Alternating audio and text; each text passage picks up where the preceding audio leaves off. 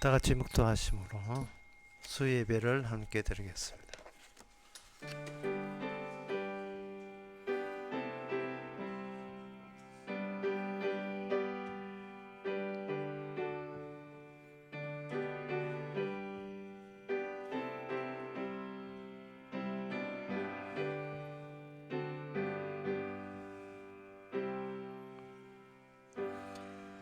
나의 평생의 선하심과 인자심이 정녕 나를 따르리니 내가 여호와의 집에 영원히 거하리로다.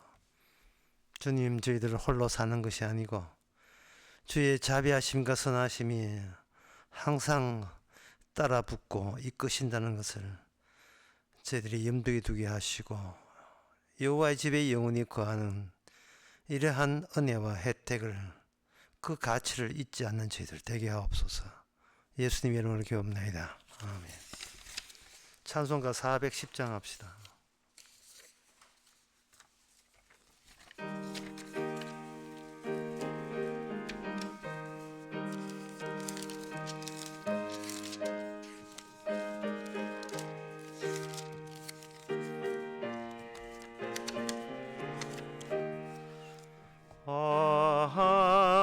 하나님의 은혜로 있을 데 없는 자 왜 구속하여 주는지 난 알 수 없도다.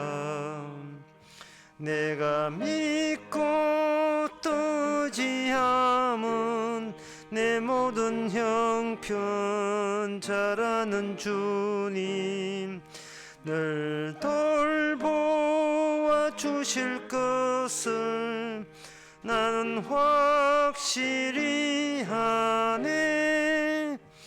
왜 내게 굳센 믿음과 또 복음 주셔서 내 마음이 항상 편한지 난 알 수 없도다. 내가 믿고 또 의지함은 내 모든 형편 잘 아는 주님, 늘 돌보아 주실 것은 나는 확실히 아네. 왜 내게 성령 주셔서 내 마음을 감동해 주 예수 믿게 하는지 난 알 수 없도다. 내가 믿고 또 의지함은 내 모든 형편 잘 아는 주님, 늘 돌보아 주실 것을 나는 확실히 아네. 주 언제 강림하실지 옥밤에 홍낮에 또 주님 만날 그곳도 난 알 수 없도다. 내가 믿고 또 의지함은 내 모든 형편 잘 아는 주님, 늘 돌보아 주실 것은 나는 확실히 아네. 이 시간 우리 한 마음으로 기도합시다. 모든 인간은 밤이 되면 반복적으로 죽습니다. 자기가 자기를 관리할 수 없고 잠이 들면 자리에 누우면 어쩔 수 없이 자기를 놔줘야 되는 순간들이 옵니다. 하지만 아침에 되면 다시 일어나지요. 이처럼 늘 주께서 친히 우리의 목숨을 이어가게 하시고 이끄시고 지켜주는 것처럼 우리 자신으로서는 비연속적이지만 주님께서는 그 비연속적인 것을 연속으로 살려주고 있음을, 우리 힘으로 살지 않음을 우리가 늘 감사하는 마음으로 기도합시다.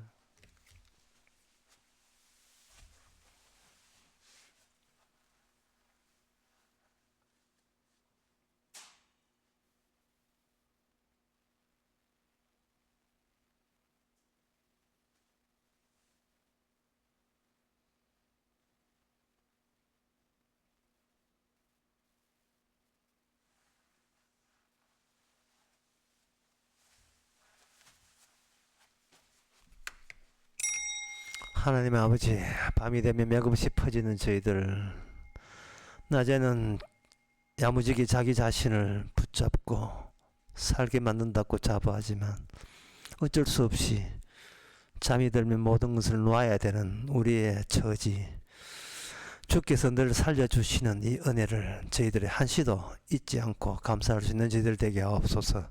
예수님 이름으로 기도합나이다. 아멘.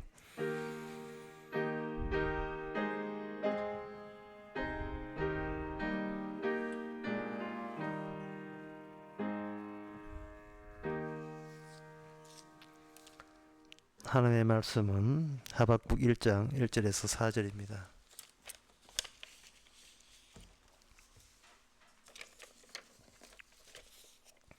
선지자 하박국의 묵시로 받은 경고라. 여호와여, 내가 부르짖어도 주께서 듣지 아니하시니 어느 때까지리까? 내가 강포를 인하여 외쳐도 주께서 구원치 아니하시나이다. 어찌하여 나로 간악을 보게 하시며 폐역을 목도하게 하시나이까? 대저 급탈과 강포가 내 앞에 있고 변론과 분쟁이 일어났나이다. 이러므로 율법이 해이하고 공의가 아주 시행되지 못하오니 이는 악인이 의인을 에워쌌으므로 공의가 굽게 행함니이다. 아멘. 이 선지자가 누구한테 하소연하느냐? 하나님을 향하여 하소연하고 있습니다. 근데 이러한 선지자의 그 태도는 선지자가 갖고 있던 세상을 보는 안목에서 비롯된 겁니다. 여러 가지 선지자가 고민하고 걱정하고 염려하고 있는 것은 일반인들이 세상을 살아가면서 갖는 그런 마음이 아닙니다. 자기한테 이익이 있느냐 없느냐 그것 가지고 따지고 흥분하고 화내는 일반인의 삶, 그 일반인의 삶과 레벨과 전혀 차원이 다르죠. 선지자는 세상을 살면서 자기 자랑거리를 남에게 내놓을 그런 타인을 찾지를 않습니다. 그리고 선지자는 뭐 하나 건지면 다 내 것으로 돌려놓으려는 이런 의도로 세상을 보지도 않습니다. 그래서 선지자는 이 세상에서 상식 있고 두루두루 균형 있는 삶을 사는 자가 아니에요. 선지자는 오직 뭐만 쳐다보느냐? 하나님만 쳐다보고 사는 사람이에요. 그래서 이런 사람을 세상에서 뭐라고 하냐? 미쳤다고 하는 거예요. 또는 광신도, 미쳤다. 정상적인 사람이 아니다. 그런데 이런 사람만이, 이렇게 이런 선지자가 갖고 있는 이런 안목만이 하나님을 증거할 수가 있습니다. 이런 사람만이 하나님의 안목을 가졌다고 언급하는 거예요. 그래서 1절에 선지자 하박국의 묵시로 받은 경고라. 이거는 선지자가 그 당시 사회와 이스라엘 세상을 바라보면서 이 경고라고 이야기하는 것은 다른 사람한테는 먹힐 이유가 없어요. 경고야 한다는 것은 세상을 부정적으로 봤을 때 경고지. 여기에 급탈과 강포가 내 앞에 있고 변론과 분쟁이 있고 율법이 해이하고 공의가 아주 시행되지 못하고 이런 발언을 한다는 것. 세상을 볼 때 이런 안목을 본다는 그것은 이거는 내 것 챙기려는 일반인들의 의식 수준과 전혀 다른 수준이에요. 이거네.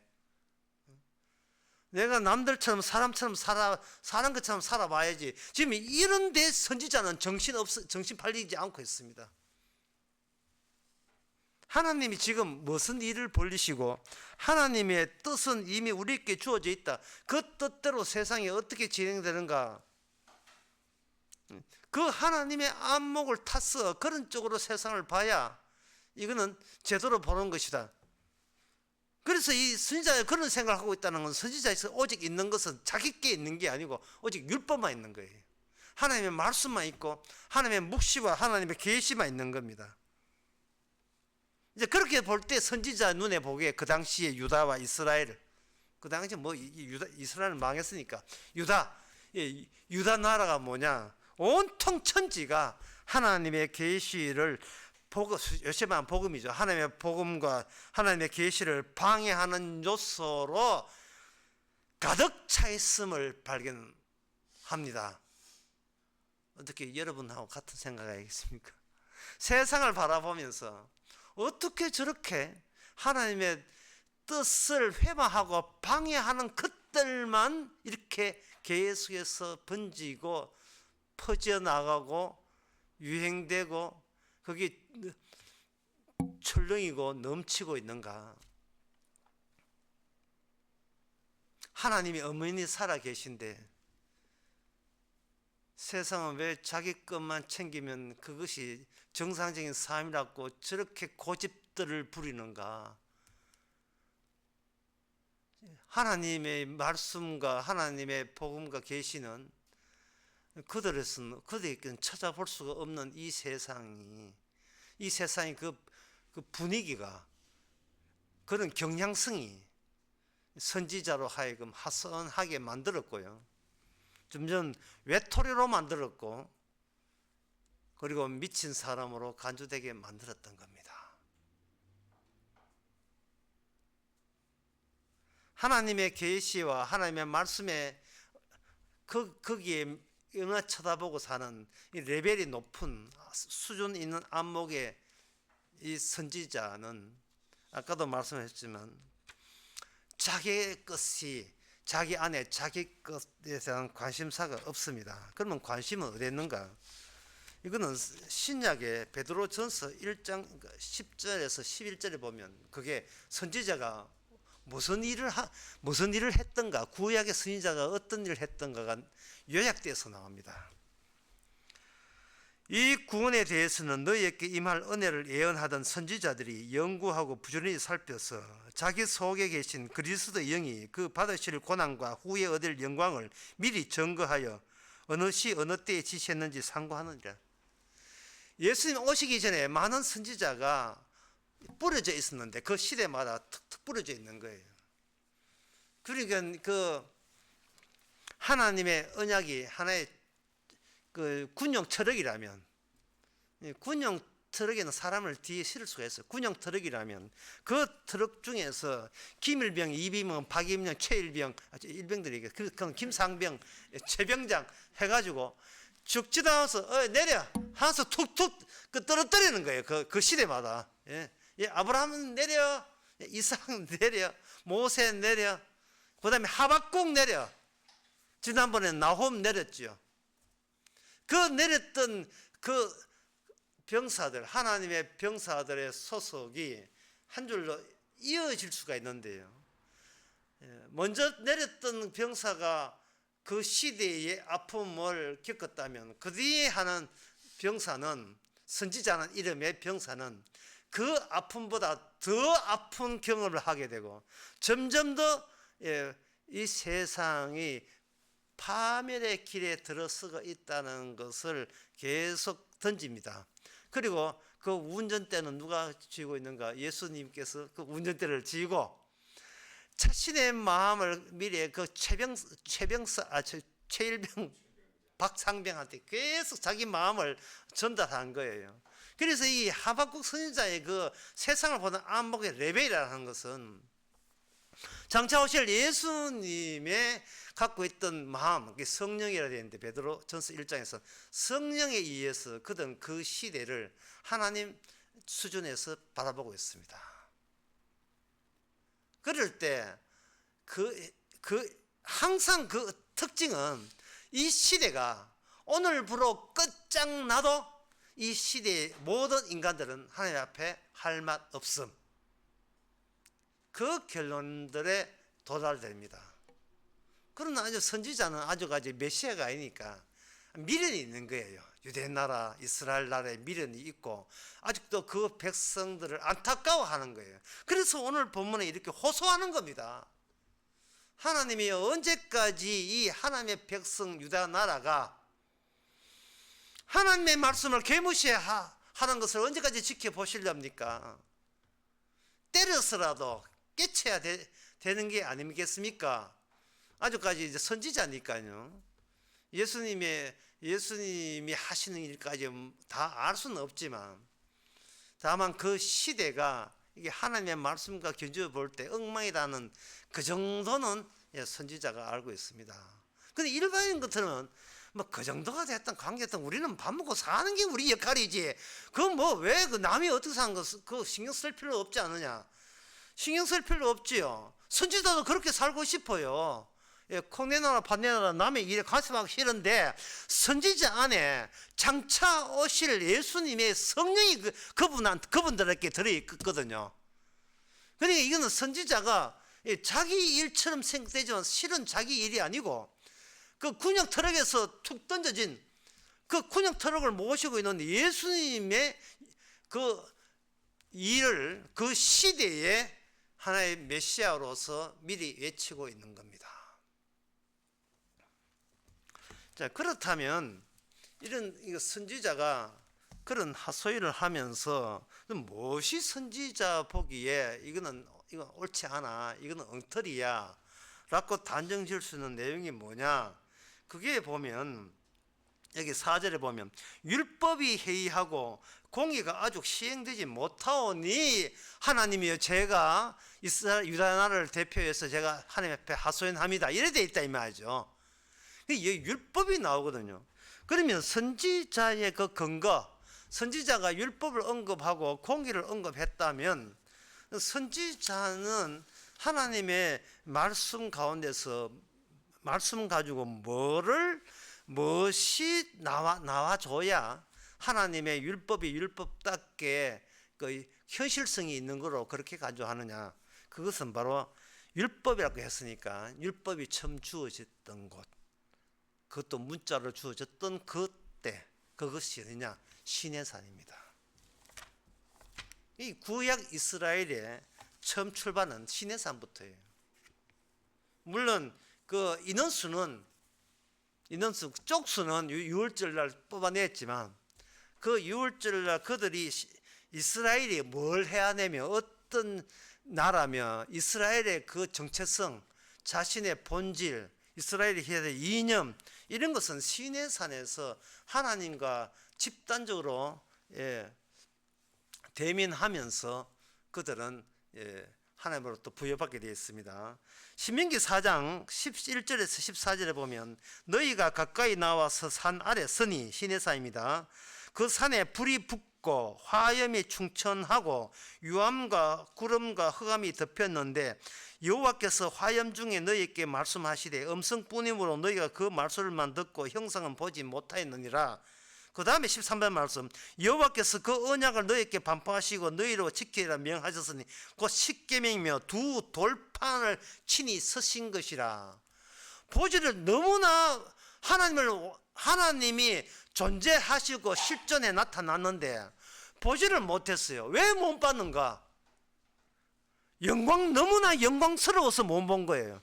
거룩한 영광이 하나님의 율법과 더불어 주어진 거예요. 그 돌판과 더불어서 너무나 영광스러워서 감히 인간이라는 이러한 유한자, 인간이라는 그런 피조물이 그 영광을 직접 대면할 수 없습니다. 너무나 무서웠어요.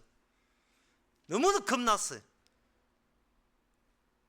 이 말은 뭐냐 하면은 선지자가 율법을 율법을 이해하는 그 레벨이 어떤 레벨이냐 하면, 율법이라는 것은 그냥 달랑 있는 것이 아니고 그 주위에 신의 산에 감히 쳐다보지 못한 그 영광스러움에 둘러싸였던 그 율법이라고 이해하는 거예요. 성경책 시커멓죠. 시커먼 게 무슨 영광입니까? 그러나 선지자는 그렇게 보지 않아요. 하나님의 말씀은 그 주변에 너무나 거룩한 말씀이기 때문에 감히 인간으로서는 그 말씀을 주신 하나님을 직접 볼 수 없을 정도로 영광으로 가득 찬 말씀, 그런 말씀으로 하박국 선지자의 시대에 하박국이 보는 그런 율법적인 그 영광성을 같이 볼 사람이 없다는 거예요. 그 시대 자체가. 하박국은 그 율법만 생각해도 너무나 영광스러워서 세상을 다 줘도 안 바꿀 그 영광인데, 그 당시 사람들은 율법 그건 뭐야 그거, 그렇게 해이해져 버린 거예요. 그래서 우리는 여기서 생각해야 됩니다.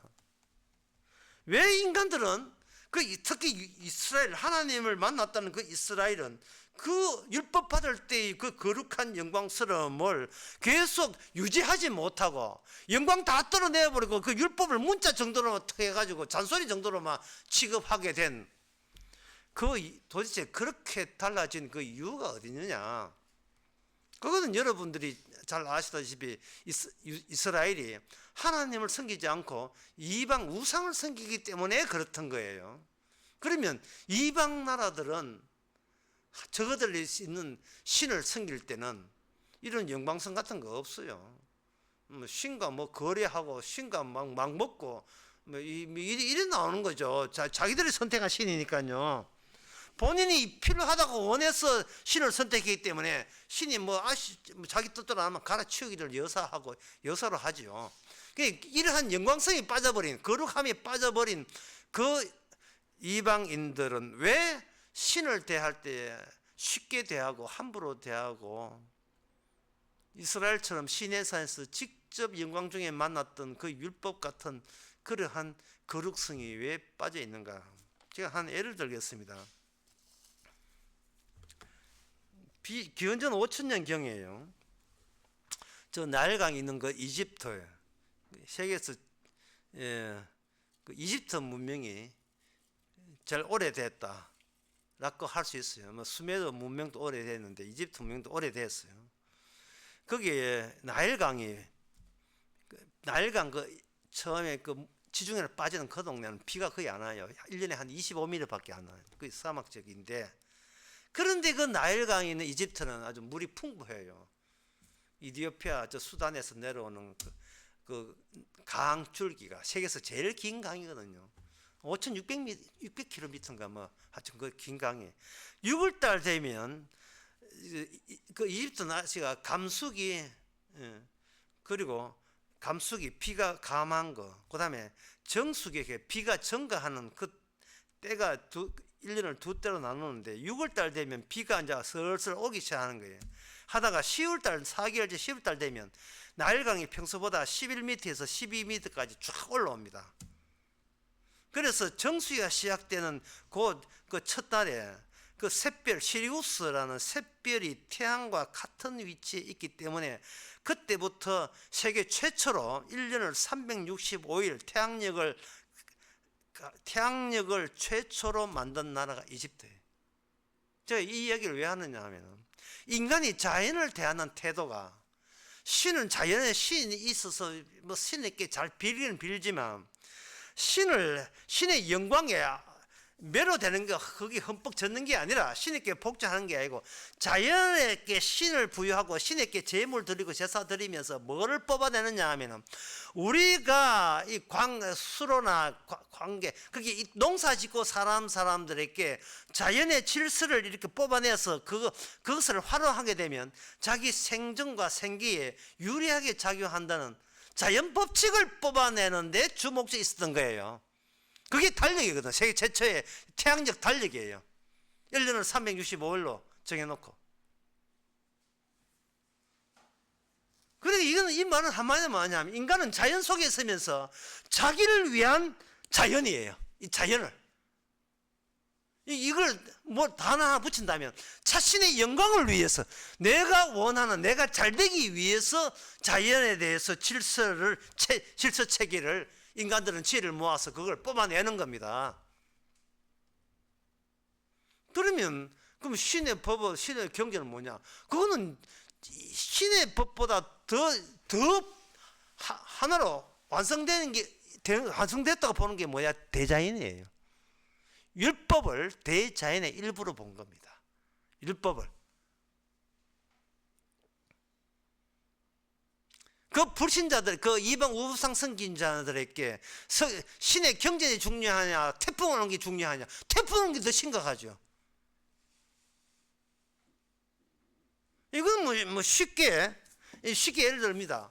지금 선지자 여러분이 잠시 그 하박국 선지자 입장을 생각합시다. 시내산에서 하나님이 직접 주신 자기 백성이라고 직접 주신 그 영광스럽게 감히 낯을 들고 볼 수 없는 그 영광스러운 가운데서 기적적으로 놀랍게 마치 주님의 손이 나와가지고 뭐 하나 건네주는 건 돌판. 그 돌판 하나 건네주는 그게 율법이거든요. 율법을 글자로 직접 하나님이 서성 그 율법을 받았을 때 그 감격함을 가지고 여러분들이 그 하박국 선지자 생각하고 그 율법을 여러분들이 누구한테 이제 이렇게 집회를 해가 가르친다고 생각해 봅시다. 항상 그 율법을 가르치고 또 복음을 가르칠 때에 어떤 아주머니 들어와가지고 지금 가르치고 있는데 문 확 열고 가가지고 여기 우리 집 담벼락에 개 들고 오줌 놓은 사람 누구요?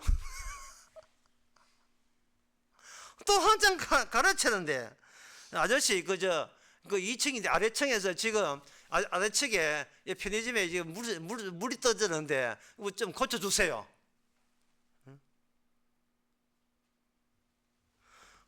또 하고 있는데 또 이거 여기 총 모아가지고 지금 죄송합니다만 성공한 죄송합니다만 이번 달 관리비 냈어요.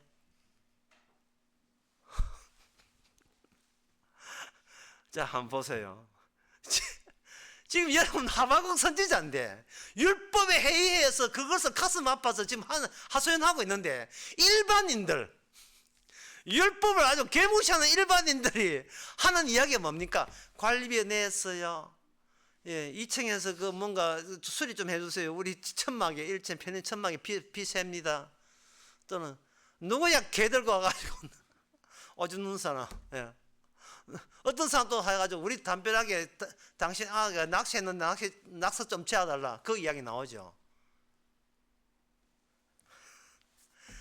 우리 같으면요. 조금 기다려서 이제 30분 끝납니다. 이러죠. 그러나 하박국 그 선지자는 그걸 가지고 하나님 앞에 하소연하는 거예요. 이제 이 정황을 알겠습니까? 이 마음가짐을 알겠습니까? 이 하박국의 세상 보는 그 레벨을 아시겠습니까? 우리는 그냥 넘어가요. 그러나 하박국은 미쳤어요. 이거는 미쳤어요. 율법에 미쳤어요. 하나님의 계시에 미친 사람입니다. 그게 그냥 넘어갈 일이 아니에요. 하박국이 안타까워하는 것은 율법이 지니고 있는 그 영광성이 사람들은 그걸 삭제하고 이해하고 있다는 거예요. 그 신명기 4장 다시 한번 보겠습니다.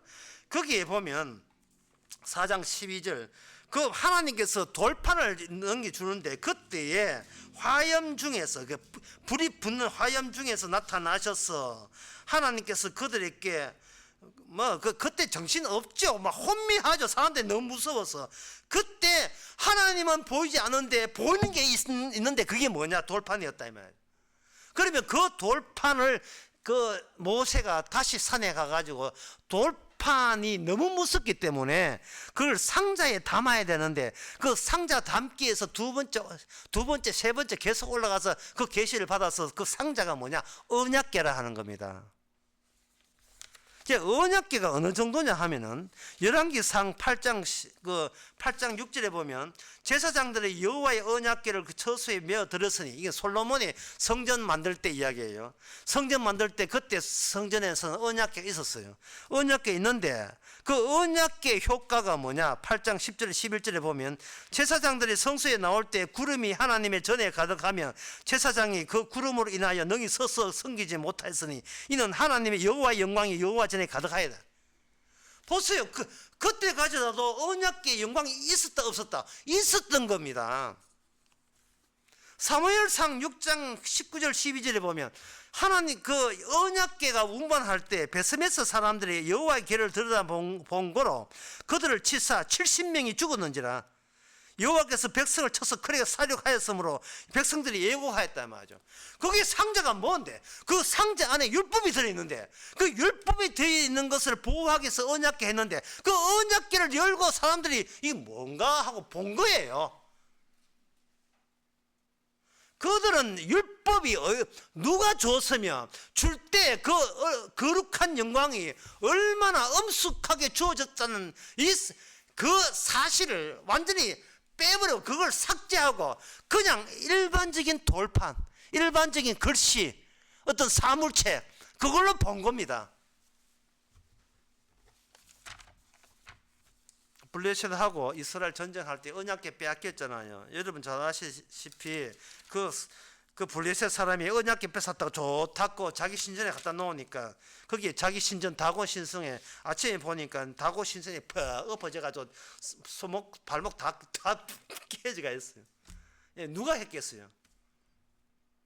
CCTV 한번 타서 한번 보세요. 누가 깨졌어요? 새벽 2시 46분에 다 깨졌어요.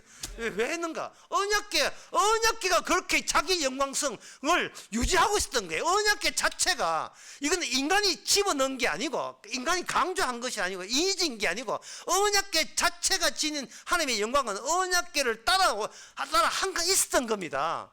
그래서 하박국이 이야기합니다. 그 율법을 회의할 때 하나님의 영광성이 계속 유지된다면 이 백성들, 유다 백성들은 가만 놔두면 안 되잖아요. 하나님이 이렇게 호소하는 거예요.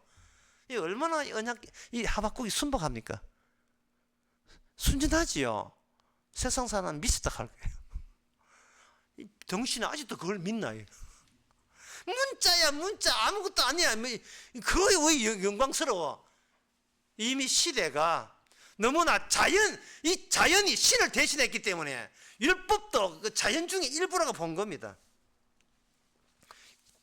율법이다 뭐든 내한테 내 삶에 활용된다면 이용할 가치 있다. 뭐 그 정도밖에 보질 않는 거예요.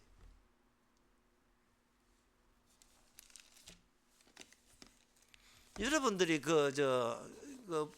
원자력 다룰 때에 울진 원자력 발전소도 있지만 방사능 물질을 담을 때 방사능 물질이 너무나 위험하기 때문에 어디다 하냐? 납상자에다가 그 방사능 물질을 딱 놔요. 납상자. 그것도 모자라서 콘크리트로 방사능이 퍼지지 못하게 다 차단하잖아요. 그러니까 이 돌파라는 게 너무나 무섭기 때문에 주님께서 어디를 담으냐? 언약궤 안에다가 그 영광을 담아줘야 그 율법이 인간과 만날 수가 있어요. 그렇지 않으면 인간은 감히 율법을 접근 못합니다. 너무나 영광이 없는 게 있는데 인간이 그 영광을 다 감당을 못하기 때문에 언약궤에 담아서 제사장을 통해서 일반인들은 접근 못하고 제사장을 통해서 이동시킨다는 것은 그 시내산에서 주어졌던 영광이 지금도 소실되지 않았다는 뜻이에요. 그게요. 그러니까 하박국이 이런 율법의 영광을 너무나 본인이 적실하게 알기 때문에 세상에서 부귀영화가 눈에 들어오지는 않는 거예요. 그런가? 세상에 누가 출세했네, 성공했다, 주식값 올랐다, 주식 대박 갔다, 이런 차 뭐 탔다, 찌는 게 들어오지는 않는 거예요. 그게 하나님의 영광이에요. 그게 영광과 어디 좋게 비교될 수가 없잖아요.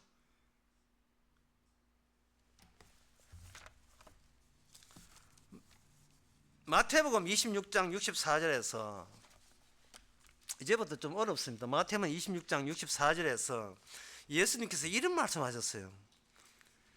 예수께서 가라사대 내가 말하였느니라 그러나 내가 너희에게 이르노니 이후에 인자가 권능의 우편을 앉은 것과 하늘 구름을 타고 오는 것을 너희가 보리라 하시니 이에 대제사장이 자기 옷을 찢으며 가로되 저런 참남한 말을 하였으니 어찌 더 정인이 욕을 하리라 죽여라 뭐 이래 될 거예요. 예, 저는 모독적인 말을 하니 저거는 사형에 해당된다. 66절에 보면 저는 사형에 해당된다 하고 했다 이 말이죠. 그런데 주님께서 지금 영광 중에 구름 타고 온다고 이야기하는 것이 이게 예수님이 지금 잘못되게 이야기하는 겁니까? 지금 진실 그대로 이야기하잖아요. 이 진실 그대로가 오늘날 교회에 먹히냐 이 말입니다. 이 진실 그대로가 예? 교인들이 교회 와서 부자 되게 해달라고 기도하지. 주님의 영광스러움에 영광스러운 감을 볼 수 있는 그 안목을 허락해 주옵소서. 뭐 그런 식으로 기도합니까? 교회 부흥되게 해달라, 뭐 우리 교회 뭐 크게 되라, 뭐 그런 거는 기도하지요. 그거는 다 세상 영광이에요. 남들에게 보여주기엔 영광이에요. 그 영광은 뭐냐면 내 것 이 정도니까 나 무시하지 마라. 자기 것 챙기는 영광. 아까 설교 처음에 이야기했잖아요. 선지자의 특징은 뭐냐? 자기 것 챙기는데 그런데 신경 안 쓴다고요. 뭐든지 내 것 돌려놓는데 관심 없어요. 지 자랑 하는데 늘어놓는 그런데 신경 안 씁니다.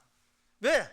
신경 쓰는데 딴 데 신경 쓰기 때문에 말씀의 영광에 관심이 거기에 푹 빠졌기 때문에 그런 것은 아주 우습지요. 그런데 여기 방금 제가 왜 하박국 그저 열왕기 상에 나오는 언약궤 이야기하다가 왜 갑자기 예수님의 인자 구름 타고 오는 영광을 왜 이야기했는가? 그것은 언약궤가 인물로 바뀌어요. 인격자로. 이게 어려운 거예요. 언약궤가 하나님의 만든 언약궤, 지시에서 만들어진 언약궤가 하나님에 의해서 박살납니다. 불태워져요. 성전에 있는 언약궤가 하나님의 뜻에 의해서 바벨론 나라에 의해서 공격당해서 다 성전 자체가 불태워지고 언약궤도 다 불태워져요. 없어요. 그러면 언약궤의 그 영광성, 율법을 가진 그 영광성은 어떻게 변하는가? 그게 선지자의 하소연 속에서 인격적으로 변합니다. 그 선지자는 박상병이 점점 더 예수님 오실 때까지 예수님 오시기보다 전에보다 더 건접한 상태에서 시간적으로 건접한 상태에서 박상병으로서 그 시대에 유다 나라가 곧 망하는 바벨론 곧 망하는 그 시대에 그 시대에 떨어놓은 하나의 그 시대의 메시아로 보면 되죠. 율법에 있는 가치가 뭐가 표현되느냐 하면 선지자의 아픔으로 그 시대에 표현되는 거예요. 그리고 예수님 당시에는 율법에 갖고 있는 그 영광성이 예수님의 죽음으로서 표현되는, 죽음으로서. 그게 십자가예요. 이 정도로 하나님의 말씀은 천하보다 귀하다는 것을 예수님이 죽음으로서 틀어놓는 거예요. 그렇다면 하나님의 영광은 어디에 담겼는가? 방사능 물질은 납상자 안에 담겼다면 하나님의 영광은 이 시대에, 마지막 시대에 어디에 담겼는가? 거룩한 주님의, 예수님의 죽음 안에, 십자가 안에 그 말씀의 영광이 담겨 있죠. 그때부터 율법 문자, 모든 계시는 문자로 시대는 끝나고 그게 영의 시대라고 하는 겁니다. 고린도후서 3장에 보면 그 고린도후서 3장 3절에 보면 이런 말씀이 있어요. 너희는 우리로 말미암아 나타난 그리스도의 편지라 이렇게 하시면서 이는 먹으로 선 것이 아니고 오직 하나님의 영으로 한 것이고 이며 또 돌 위에 선 것이 아니라 돌에 서 있는 것이 아니라 너희들의 마음속에 성령이 있어서 성령이 너희들 마음속에 하나님의 계시기 율법의 완성이 너희 마음 안에 거기에 하나님의 영광을 듬뿍 안고 거기에 들어있다는 거예요. 그런데 너희들은 해석할 때 그걸 문자로 해석하는데 절대로 이 문자로 해석하면 안 된다는 것이 3장 7절에 보면 돌에 서서 죽게 하는 어문의 직분도 영광이 있어 이스라엘 자손을 모세의 얼굴을 없애질 영광을 인하여 얼굴을 주목하지 못하였거늘. 다시 말해서 그때 너희들은 육신 가지고 모세가 돌판 받을 때 너희들은 고기들 하면 쳐다보면 다 죽었어. 왜? 모세의 영광 자체가 감당을 못하기 때문에, 육신은 감당을 못하기 때문에. 그런데 없어질 문자도 이런 영광이라면 너희 속에 있는 성령으로 주신 성령의 직분 영광은 그 얼마나 크겠느냐라고 고린도후서 3장 8절에 이야기하고 있습니다.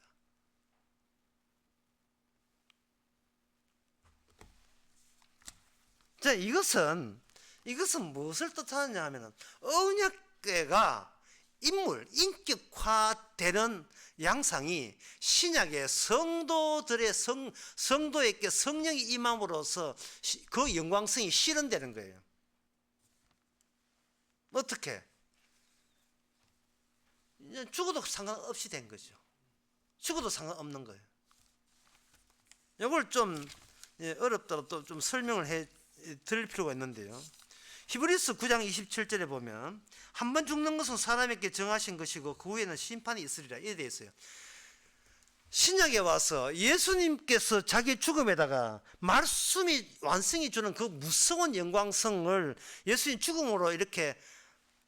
죽음으로서 표현됨으로써 죽음이 이제는 두 종류가 되었어요. 하나는 육신이 죽는 죽음, 거기 인간이 목숨 끊어졌다고 그걸 죽었다고 여기는 것은 아직 덜 죽은 거예요.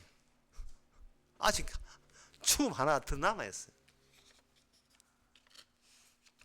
그래서 이 땅에서 죽지 않고 구사일생 살았다고 행운이라고 생각하는 것은 그 행운 여부는 그 다음에 찾아오는 죽음 그때까지 좀 이렇게 평가를 미뤄야 돼요.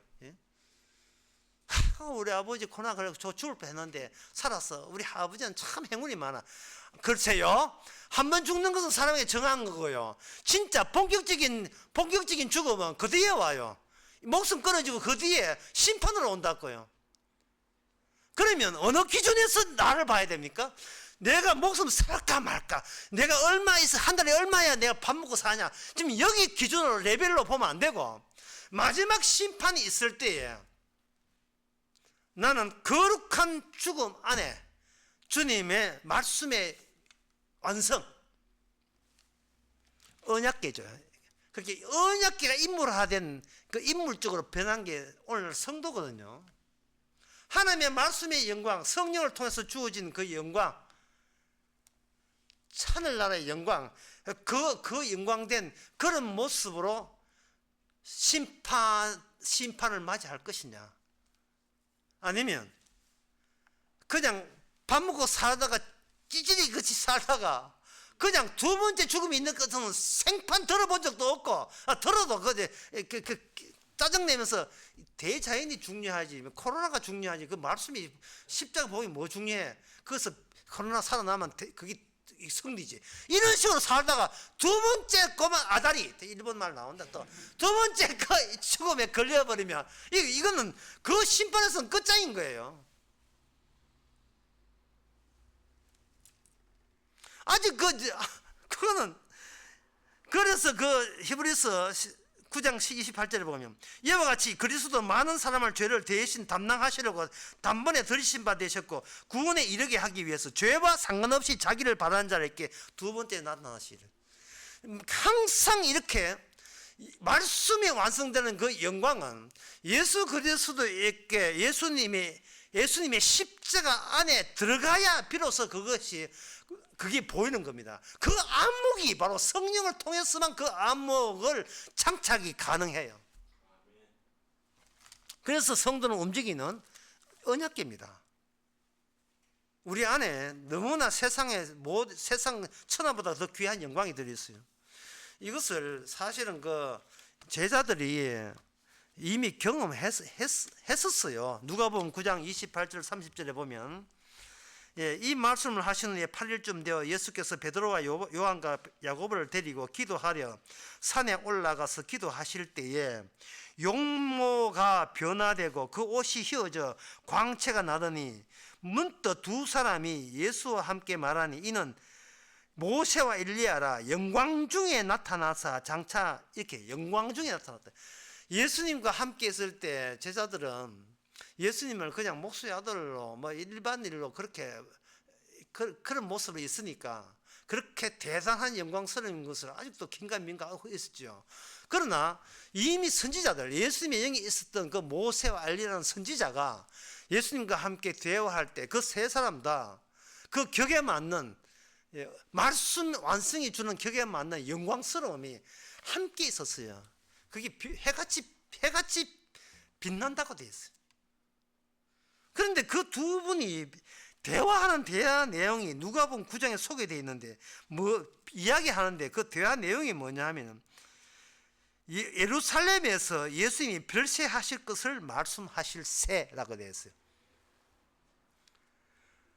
하나님 말씀, 모든 성경 말씀, 율법 말씀의 완성이 어디에 담기는가? 예수님의 별세, 십자가, 죽음에 담길 때 완성이 되는 겁니다. 그러면 이것은 무엇을 뜻하는가?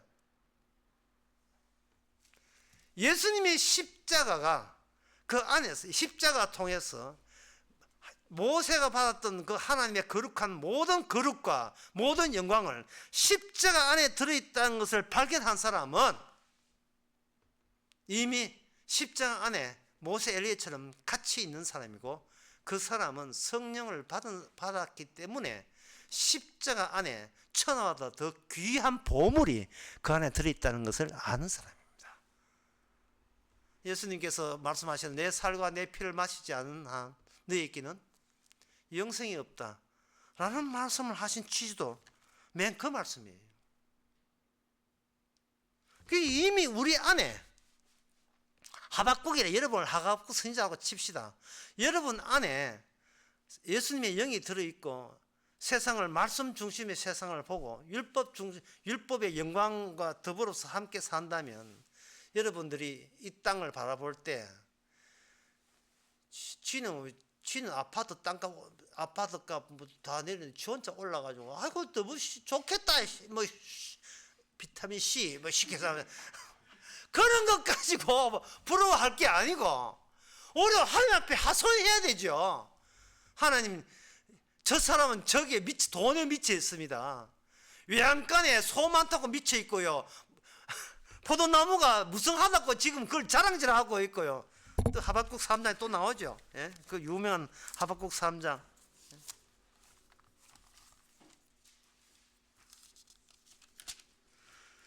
외양간에서 그 무화과나무가 무성한다고 자랑질하고 포도나무가 열매가 있다고 자랑질하고 외양간에 소가 많다고 자랑질하는데, 하박국은 어떻게 보느냐 하면 내가 무화과나무가 무성치 못하며 포도나무에 열매가 없으며 감람나무에 소출이 없으며 주식산에 주식 바닥 쳤으며 바닥 밑에 심려 해저가 있으며 그까지 쳤으며 그런 거 없다 할지라도 나는 여호와를 인하여 즐거워하여. 예. 이게 뭐 주일학교 노래도 나와요. 이 하박국 미친 거 아니에요. 하박국만 미치면 안 합니다. 예? 하박국 선지국 이렇게 그런 거 미쳐.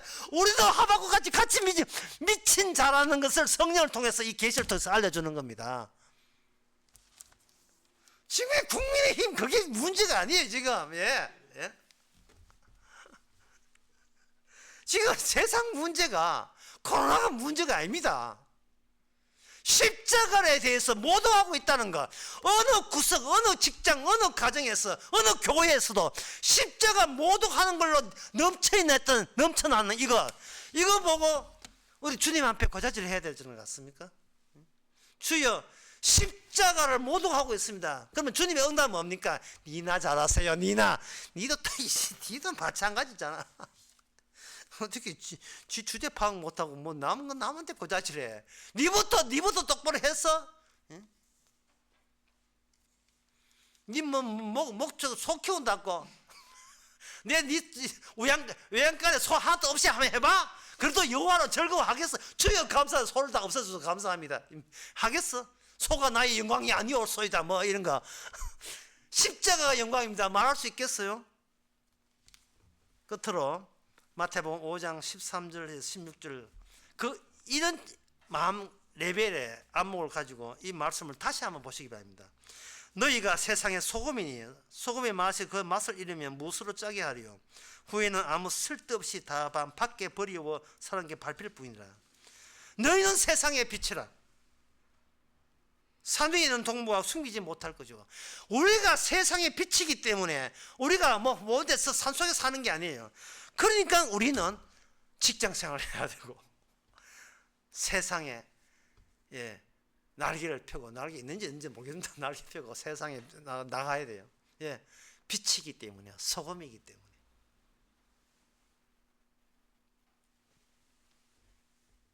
우리로 카톡하는 그 회사에 취직해야 되고, 우리로 하면 파리바게트 그 회사 해가지고 빵 만들다가 하나 죽었죠. 그 회사 취직하고. 왜 그런 SK LG 하고 왜 해야 됩니까?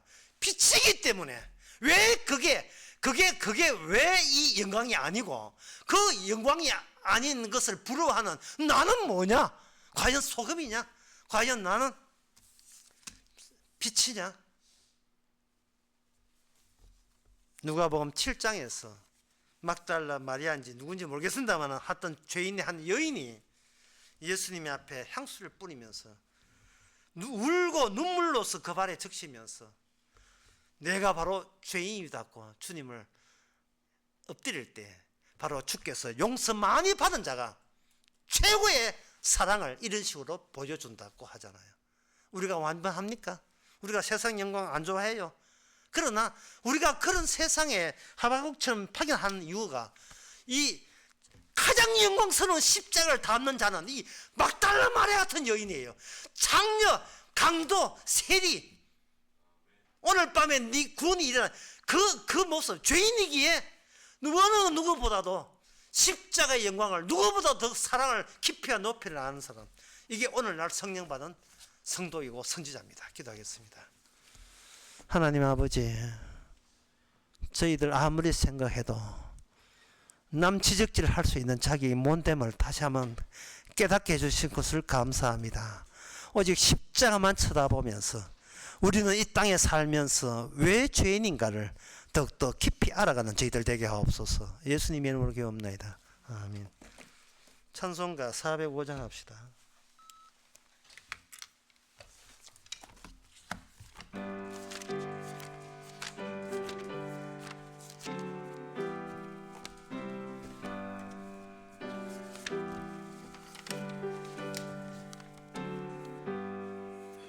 나 같은 죄인 살리신 주 은혜 놀라워 잃었던 생명 찾았고 광명을 얻었네. 큰 죄악에서 건지신 주 은혜 고마워.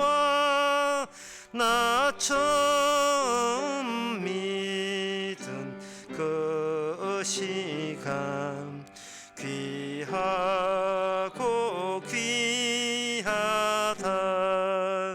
이제껏 내가 산 것도 주님의 은혜라.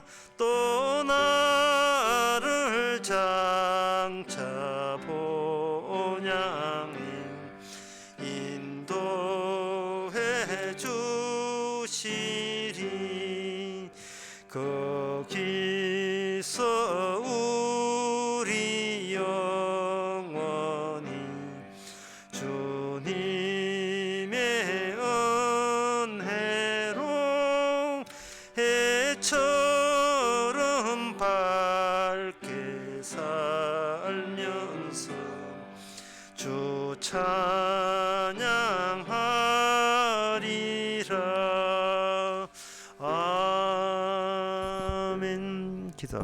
지금은 우리 주 예수 그리스도 은혜와 하나님의 거짓 사랑과 성령의 충만하심이 그저 대자연에 필미 맞추어서 내 생존만 찾던 저희들, 그게 바로 죄인 것을 깨닫게 된 모든 것을 감사하는 모든 성도들께 함께 있을지어다. 아멘.